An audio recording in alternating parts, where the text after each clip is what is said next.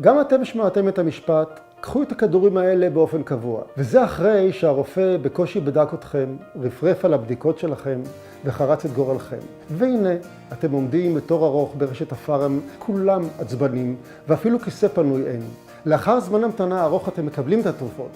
אבל אתם חושבים לעצמכם, איך לוקחים כל כך הרבה תרופות יחד, ומתי?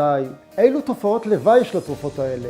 אולי לא כדאי לקחת אותם? שלום לכם, שמי בועז שרקנסקי, אני רוקח מזה 3 עשורים, ובעברי ניהלתי בית מרקחת פארמקסי ירמיהו, המתמחה בצמחי מרפא וברפואת השמנים האתריים, הנדיפים, הטהורים, ובעלי הארומה המשקרת. הרציתי רבות בנושא במכללת פרידמן, ואני בעל ניסיון בטיפול במגוון התרופות והמחלות המסובכות הכרוניות שתוכלו למצוא, לצערי, בבית אבות סיעודי ומורכב ובבתי חולים. הוצאתי 3 ספרים תחת ידיי בנושאים אלו, וכן סדרת קוסמטיקה ותוספי תזונה טבעיים, ובנוסף אני בוגר פקולטה לרוקחות באוניברסיטה העברית בירושלים. אז חבריי, אני פונה אליכם ואומר, אל תאבדו תקווה.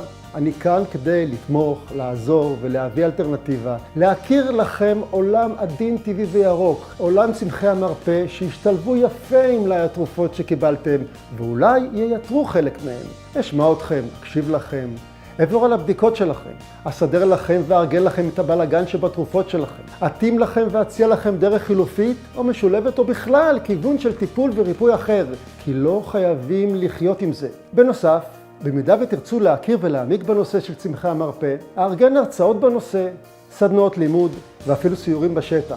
להתייעצות, מעלו את הפרטים שלכם ממש כאן, אחזור אליכם בהקדם. נתראה.